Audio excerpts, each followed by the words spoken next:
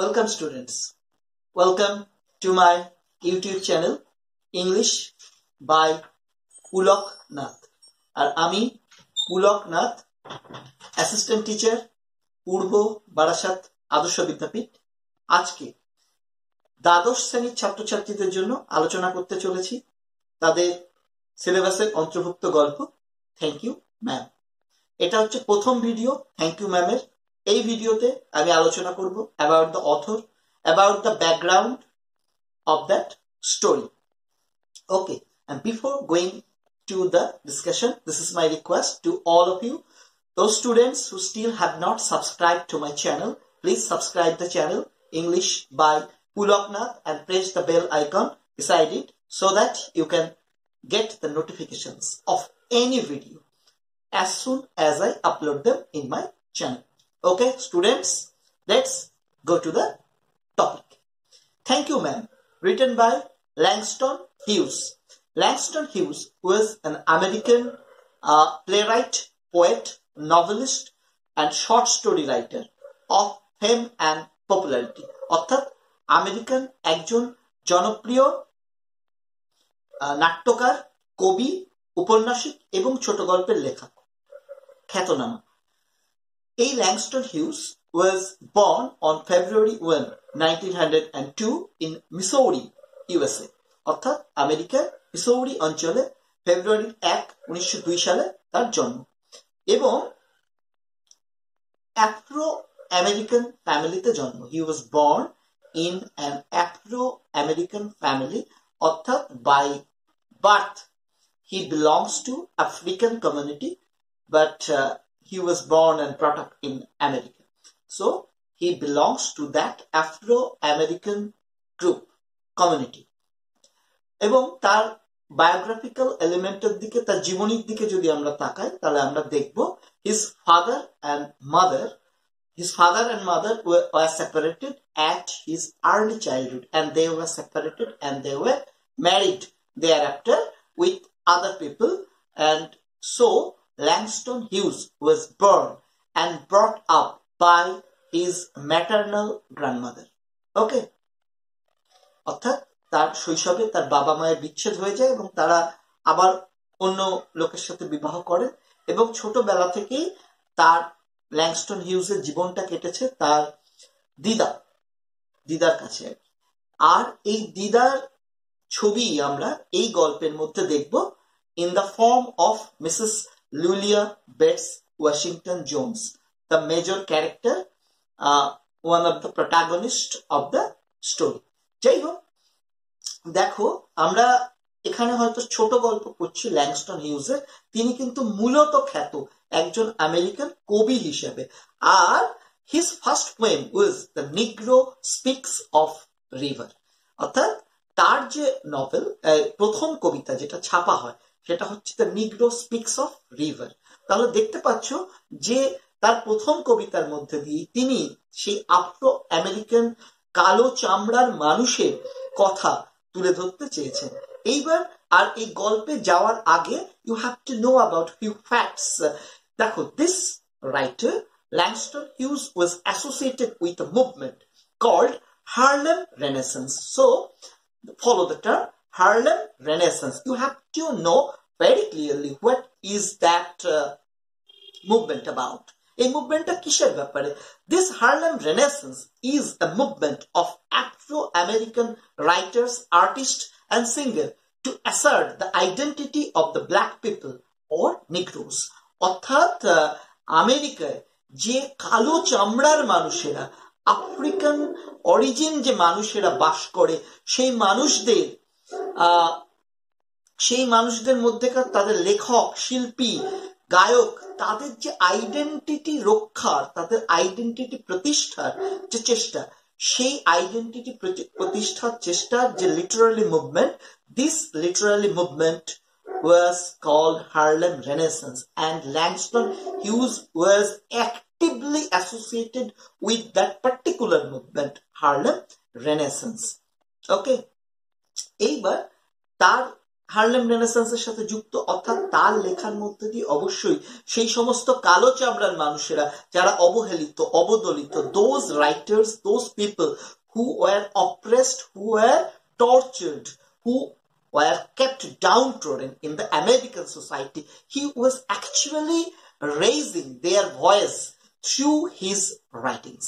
Okay, আমরা যদি estimate করি তাকে as a writer, we will find that his writings reveal racial pride of black culture and refined emotion against discrimination. অর্থাৎ যে black people, তাদের যে রেসিয়াল প্রাইড, ব্ল্যাক কালচার, যে কালো সম্প্রদায় ভুক্ত মানুষরা, তাদেরও যে একটা জাতিগত গৌরব আছে, তারাও যে একেবারে ফেলনা নয়, তাদের একটা সমাজ ব্যবস্থা আছে, তাদের আইডেন্টিটি আছে, তাদের কিছু বক্তব্য আছে। তাহলে হি try to bring out through his writings, whether it is poetry or short story or novel, whatever else, he tried to bring out the racial pride of that black culture. ওই কালো মানুষের যে সংস্কৃতি, তাদের যে জাতিগত গৌরব, সেটাকে তিনি কিন্তু তার লেখনের মধ্যে দিয়ে প্রকাশ করার চেষ্টা করেছেন। and refined emotion against discrimination, সেই সমাজে যে কালো চামড়ার মানুষ আর সাদা চামড়ার মানুষের মধ্যে যে ডিসক্রিমিনেশন, যে প্রভেদ বজায় রাখা হয়েছিল, সেই প্রভেদের বিরুদ্ধে তিনি কিন্তু কথা বলেছেন। আর তিনি কি করেছেন তার লেখনীর মধ্যে দিয়ে? He has portrayed the lives of working class blacks in America. আমেরিকায় যে কর্মরত কালো শ্রেণীর মানুষ, যারা হচ্ছে ওয়ার্কিং ক্লাস পিপল, শ্রমজীবী সম্প্রদায় মানুষ, তাদের আশা আকাঙ্ক্ষা, তাদের জীবনধারা, তাদের জীবন জীবিকা, সেইগুলোকেই কিন্তু তার লেখনীর মধ্যে দিয়ে তিনি পরিস্ফুট করার চেষ্টা করেছেন। এটাই কিন্তু হার্লেম রেনেসান্সের মূল কথা। এটা একটা লিটারালি মুভমেন্ট, যে লিটারালি বা সাহিত্যিক আন্দোলনের মধ্যে দিয়ে সেই যারা যারা যুক্ত আছেন, শুধু ল্যাংস্টন হিউজ না, তারা সবাই সেই তাদের নিজের শ্রেণীর মানুষের সুখ দুঃখ, তাদের গৌরব, তাদের প্রতি যে বঞ্চনা, তাদের যে ভাবনা চিন্তা, সেগুলোকে কিন্তু পরিস্ফুট করার চেষ্টা করেছেন। আর আমরা দেখব তার লেখনের মধ্যে দিয়ে যদি থিম আমরা দেখি, on what theme is Langston huge writing about, কোন বিষয়ের উপরে, কোন থিমের উপরে ল্যাংস্টন হিউজ লিখছেন? Actually Langston huge is writing on the theme of black is beautiful. এটা মাথায় রাখবে। আমরা যদি সিঙ্গল এক্সপ্রেশনে বলার চেষ্টা করি, তার থিমটা কি? এটা হচ্ছে ব্ল্যাক ইজ বিউটিফুল, কালোই জগতের আলো, এইভাবে বলতে পারো। কালোই হচ্ছে সুন্দর, এই থিমের উপরে তিনি কিন্তু লিখেছেন। He has actually in his novels stressed on the theme black is beautiful. তার উপন্যাসের মধ্যে দিয়ে তিনি কালোই সুন্দর, কালোই জগতের আলো, এই থিমের উপরে কিন্তু লিখেছেন।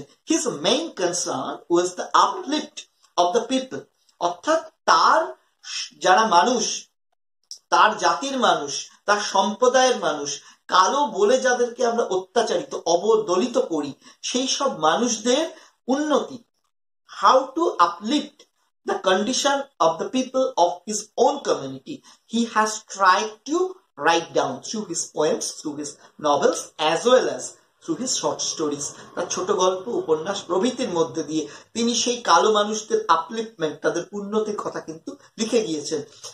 He faithfully recorded these people's strength, resilience, courage and humor as a part of general American experience. অর্থাৎ তার লেখনীর মধ্যে দিয়ে তিনি রেকর্ড করেছেন, তার লেখনীর মধ্যে দিয়ে তিনি প্রকাশ করেছেন এই মানুষদের শক্তি, স্ট্রেংথ, রেসিলেন্স, তাদের প্রতিরোধী ক্ষমতা, কারেজ এন্ড হিউমার, তাদের সাহস, তাদের হিউমার, হাসি ঠাট্টা, সমস্ত বিষয়গুলোকে, অর্থাৎ as a part of general American experience, অর্থাৎ একটা সাধারণ আমেরিকার মানুষের অভিজ্ঞতা হিসেবে তাদের শক্তি, তাদের ক্ষমতা, তাদের প্রতিবাদ, সবকিছুকে তিনি কিন্তু তার লেখনীর মধ্যে দিয়ে ভাষা দেওয়ার চেষ্টা করেছেন। নিশ্চয়ই বোঝাতে পারলাম। অর্থাৎ এইটা বুঝতেই পারছো, তার কবিতায় পড়ো, তার উপন্যাসই পড়ো, বা পার্টিকুলারলি এই ছোট গল্পটা পড়ো, সেখানে দেখবে কালো মানুষ, তাদের সমাজ ব্যবস্থা, তাদের ভাবনা চিন্তা, তাদের প্রতিরোধ প্রতিবাদ, তাদের বেঁচে থাকার যে জীবন সংগ্রাম, সেইগুলোকে কিন্তু তিনি প্রকাশ করার বা পরিস্ফুট করার চেষ্টা করেছেন। নাও we will discuss in particular about the story.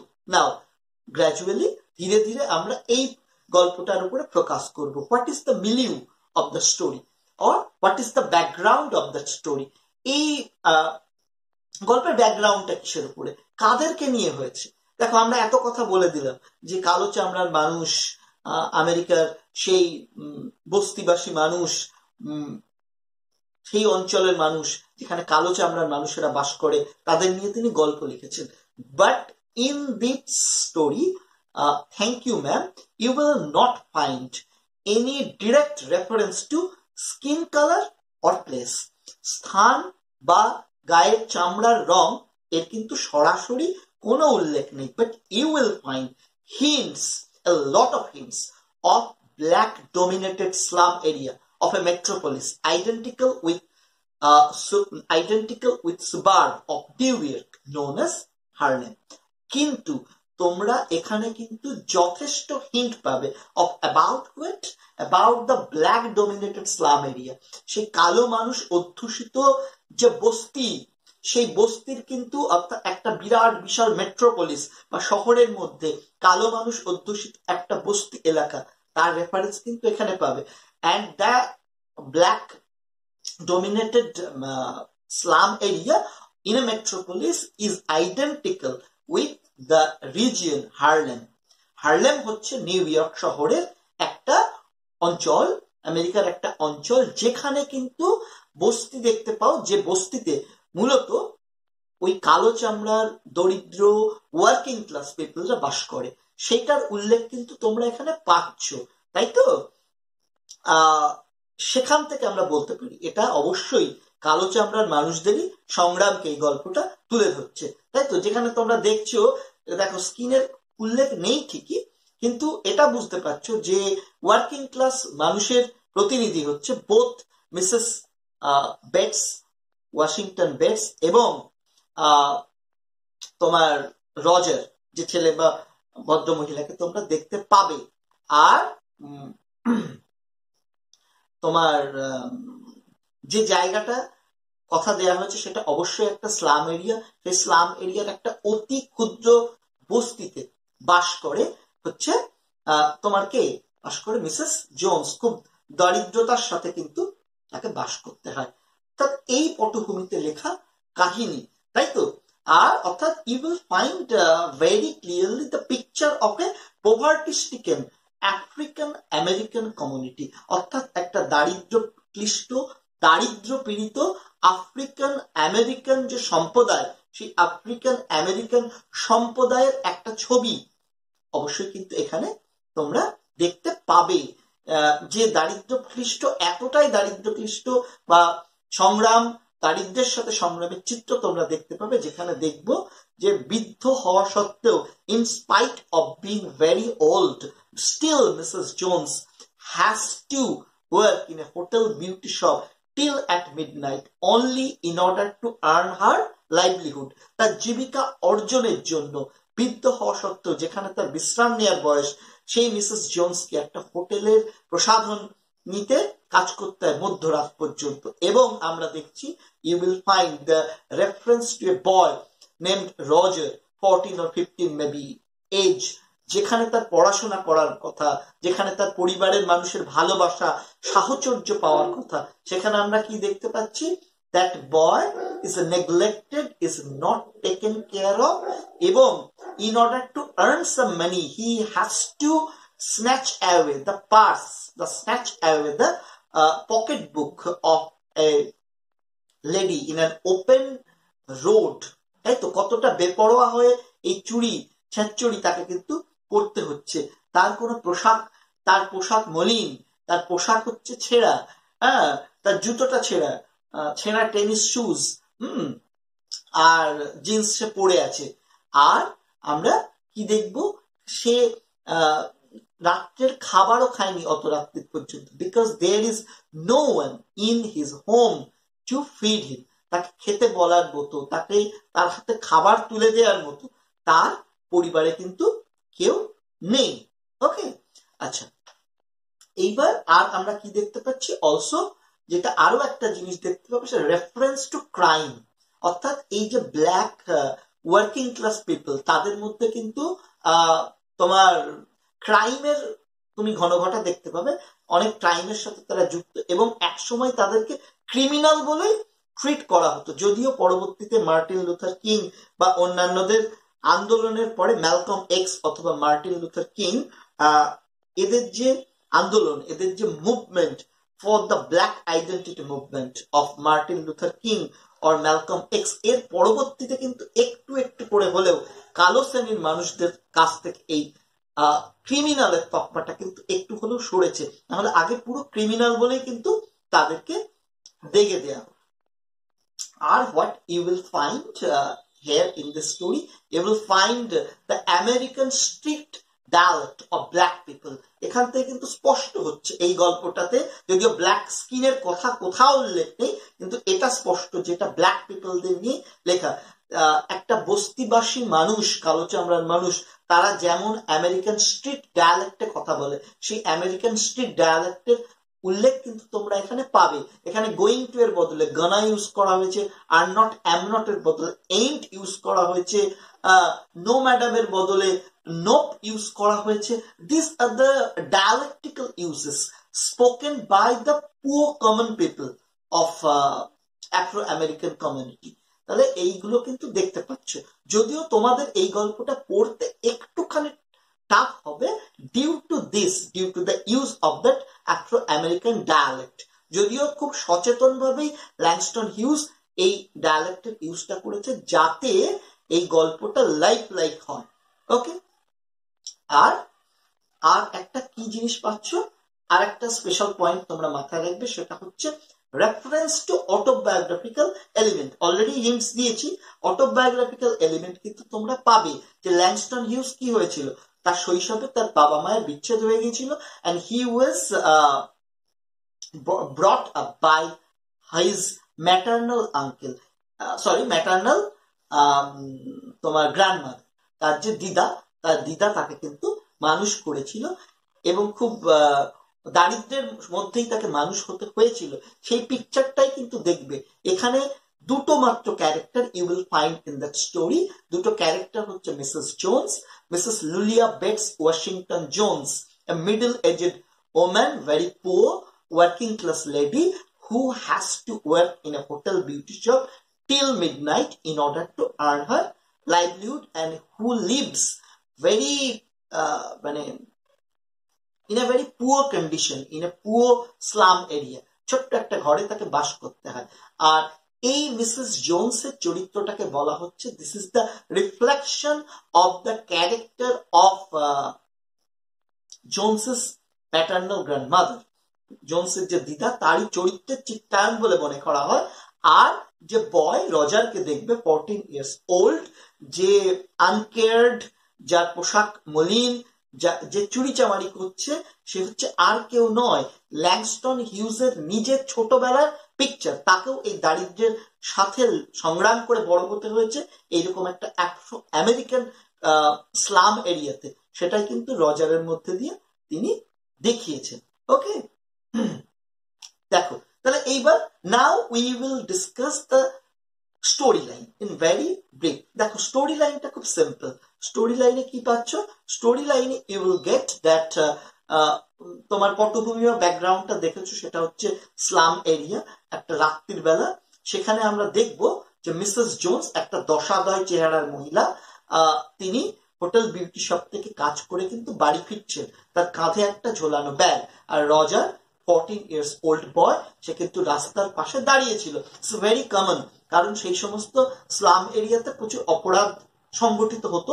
সেই রকম একটা অপরাধের করার জন্যই সে দাঁড়িয়েছিল। তার উদ্দেশ্যই ছিল ব্যাগটাকে ছিনিয়ে নেওয়া, এবং মিসেস জোন্স যখন যাচ্ছিল পেছন থেকে সে ব্যাগটা ধরে এবং টান দেয়। উদ্দেশ্য ছিল তার ব্যাগ আর পকেট বুকটাকে নিয়ে পালাবে, এবং যে পয়সা পাবে সেই পয়সা দিয়ে he will buy a blue suede shoes. Okay, দেখো কিন্তু আমরা দেখছি মানে ব্যাগটা টানলে ব্যাগের ফিতেটা ছিঁড়ে গেলেও সে কিন্তু নিয়ে পালাতে পারছে না। মিসেস জোন্সের ভার এবং তার যে চলার মুভমেন্ট, ওতে সে ছিটকে পড়ে রাস্তার উপরে পড়ছে, এবং মিসেস জোন্স সহজেই তাকে কবজা করে ফেলছে বা ওভারপাওয়ার করে ফেলছে। Then what should be the reaction? দুটো একটা চত্থাপ্পর দেওয়ার কথা, চত্থাপ্পর দুটো একটা দিচ্ছে। তারপরে কি করার কথা ছিল? Mrs Jones should definitely hand over that boy Roger to police, যাতে করে সে যথেষ্ট পানিশমেন্ট পায়। But what she does actually the opposite. সে তাকে পুলিশের কাছে নিয়ে যাচ্ছে না, বরং তাকে টানতে টানতে তার বাড়িতে নিয়ে যাচ্ছে, এবং ন্যাচারালি রজার একটুখানি হলেও ঘাবড়ে যাচ্ছে, এবং আমরা কি দেখছি, তাকে তার ঘরে নিয়ে যাচ্ছে এবং তাকে মুখ পরিষ্কার করতে বলছে, তার সাথে ভালো ব্যবহার করছে, ভালোবাসা দিচ্ছে তাকে, এবং not only that, even she shares her meagre meal. যে সামান্য খাবার ছিল, তা মানে রাজস্বিক তো খেতে পারে না, সেই শুকনো মাংস, লিমাবিন, হ্যামস, সেটা একটা সামান্য গ্যাস প্লেট, একদম দেখো পুয়ার ওয়ার্কিং ক্লাস মহিলারা লোকেরাই কিন্তু এইগুলো ইউজ করে, ওই স্টোভ টাইপের জিনিস, তার উপরে শুকনো বাসি মাংস, সেইগুলো কিন্তু তাকে সে গরম করে খাচ্ছে, এবং একটা কেক ছিল সেটা খাচ্ছে, এবং তার অর্ধেকটা কিন্তু সেই বয়টার সাথে শেয়ার করছে। দেখো, Roger is stand, he never expected that sort of behaviour. কি হওয়া উচিত ছিল? What should be the actual reaction, actual outcome? তার একদম জেলে চলে যাওয়ার কথা, কিন্তু সেখানে দেখছি তাকে তো জেলে নিয়ে যাচ্ছেই না, বরং তাকে বাড়ি এনে তার সাথে ভালোবাসা দিচ্ছে, ভালো কথা বলছে, এবং তার সাথে তার রাতের খাবার শেয়ার করে খাচ্ছে। এবং দেখো, মিসেস জোন্স তাকে স্কোপ দিচ্ছে, দরজাটা কিন্তু খুলে রেখেছে, রজার চাইলে পালিয়ে যেতে পারে, অর্থাৎ তাকে কিন্তু একটা অপশন দিচ্ছে, কারণ মিসেস জোন্স জানে যদি সে একবার পালিয়ে যায়, this is not at all possible for any sort of rectification in his character. তার উদ্দেশ্যই হচ্ছে, মিসেস জোন্সের উদ্দেশ্যই হচ্ছে to do some sort of rectification in the attitude, in the mental setup of that boy, so that he may convert from a criminal to a working class man, to a man of honesty. তাই তো? অর্থাৎ যাতে করে তার এই criminal মানসিকতাকে পরিবর্তন হতে পারে, সে একটা স্বাভাবিক সুন্দর মানুষ হতে পারে, তাই তো? এই উদ্দেশ্যটি সে কিন্তু করছে, এবং অনেক কথা, ভালো মন্দ কথা শেয়ার করছে, এবং সিম্পাথাইজ করছে by knowing the fact that there is no one in the house of Roger to feed him. তার বাড়িতে খাওয়ানোর মতো কেউ নেই, ভালো কথা বলার মতো, তাকে সঙ্গ দেওয়ার মতো কেউ নেই, এটা জেনে সহানুভূতি তাকে প্রকাশ করছে। এবং সব থেকে লাস্ট টুইস্টটা আরো বড়, সে যখন জানতে পারছে কেন সে এই অপরাধটা করতে গিয়েছিল, যে সে চায় একটা ব্লু সোয়েট শুজ কিনবে। সেই 1950s এর দশকে এই ব্লু সোয়েট শুজটা কিন্তু খুব জনপ্রিয় হয়েছিল ইন আমেরিকা, এবং সেই ব্লু সোয়েট শুজ কেনার জন্য তোমার ওই টাকা সে চুরি করছে, এটা জানার পরে Mrs Jones gives him $10 to buy the blue suede shoes, with that advice that don't earn money in that sort of dishonest way, because the money earned by that sort of devilish way, dishonest way, will never bring any sort of peace, any sort of satisfaction in his life. Rather, he will have to suffer in the hand of the people, in the hand of the police. Okay, তাহলে দেখো, তাহলে এই হচ্ছে গল্প, এবং finally সে ছেলেটিকে বিদায় দিচ্ছে, এবং ছেলেটি তাকে থ্যাঙ্কস জানাচ্ছে, thank you ma'am. So this is the title thank you ma'am shows the sort of expression of the gratitude, অর্থাৎ কৃতজ্ঞতার প্রকাশ from that boy Roger to that lady who did not who did not hand over him to the police, rather who helped in the conversion in his character, যে তাকে পুলিশের হাতে দেয়নি, বরং সেই ছেলেটা চরিত্র সংশোধনের চেষ্টা করেছে। তাই রজার বুঝছে, এটা বুঝতে পারছো, at the when he is actually thanking this lady, we are now certain that a real rectification, a real correction has happened in his character. তার চরিত্রে একটা সত্যিকারের সংশোধন কিন্তু এসেছে। তার চরিত্রে সত্যিকারের সংশোধন না আসলে সে মনের থেকে কখনোই থ্যাংক ইউ দিত না। এই এক্সপ্রেশন থ্যাংক ইউ কিন্তু বোঝাচ্ছে সত্যিকারের সংশোধন হয়েছে, এটাই তো উদ্দেশ্য। শাস্তি আমরা দিই, অর্থাৎ তাহলে দেখতে পাচ্ছ গল্পের একটা মেজর থিম হচ্ছে ক্রাইম অ্যান্ড পানিশমেন্ট, তাই তো? জেলগুলোর গায়ে কি লেখা থাকে? সংশোধনাগার। তোমার যে শাস্তি বা জেল হচ্ছে, এর উদ্দেশ্য তোমাকে কেবল শুধু শাস্তি দেওয়া নয়, শাস্তির উদ্দেশ্য কি? শাস্তির উদ্দেশ্য হচ্ছে rectification, so that you never do that sort of work again. কোনো একটা অপরাধ হয়তো কোনো একটা বিষয়ে করে ফেলেছো, অবশ্যই শাস্তি পাবে, কিন্তু সেই শাস্তির মধ্যে সে স্কোপ রাখতে হবে যাতে তোমার সংশোধন হয়, সেটাই কিন্তু এই শাস্তিদানের উদ্দেশ্য। এখানেও কিন্তু তাই রয়েছে। তাহলে আমরা দেখতে পাচ্ছি এই গল্পটাতে this story is not at all meant to convey poverty, dirt, crime and dialect. এই গল্পে আমেরিকান পিপলদের দারিদ্র, ময়লা, অপরাধ, তাদের এই ডায়ালেক্টিক্যাল ল্যাঙ্গুয়েজ, এইগুলোকে কিন্তু শুধুমাত্র দেখানোই গল্পের উদ্দেশ্য নয়। Rather this story gives a message of social values of love and trust। অর্থাৎ এই গল্প একটা সামাজিক বার্তা কিন্তু আমাদের সামনে নিয়ে আসছে। কিসের সামাজিক বার্তা? Of social values of love and trust, ভালোবাসা এবং বিশ্বাস, এই যে মূল্যবোধ। What sort of change can love and trust may do, সেইটা কিন্তু দেখাচ্ছে, যেটা আইন করে সম্ভব নয়, যেটা শুধুমাত্র পুলিশ প্রশাসন বা ক্ষমতা দিয়ে যে সংশোধন সম্ভব নয়। Only the rectification is possible by love and trust। তাহলে আমরা কিন্তু এই দুটো ভার্চু দেখছি। The real conversion in the character of Roger is only possible due to the love and trust। We also find a kind of insight into the theme of crime and punishment। এটা আমরা তোমাদের বলে দিলাম, অর্থাৎ এটা এক ধরনের পীড়িত, অবদলিত, অবহেলিত মানুষের গল্প, যাদের ভিতরকার ভালোবাসা, বিশ্বাস, এই অনুভূতিগুলোকে কিন্তু গল্প আমাদের সামনে তুলে ধরছে। আর অর্থাৎ খুব সিম্পল একটা স্টোরি লাইনের মধ্যে দিয়ে একটা বড় সামাজিক বার্তা কিন্তু দেওয়ার চেষ্টা করেছেন। আর এই আলোচনার শেষ পর্যায়ে আমরা বলবো গল্পটা লেখা হয়েছিল কবে। কবে লেখা হয়েছিল, exact date of publication is not given। There are two opinions. One opinion is that it was written in 1933 and another opinion is that it was written in 1958 and was published later on. But the most possible date is 1958।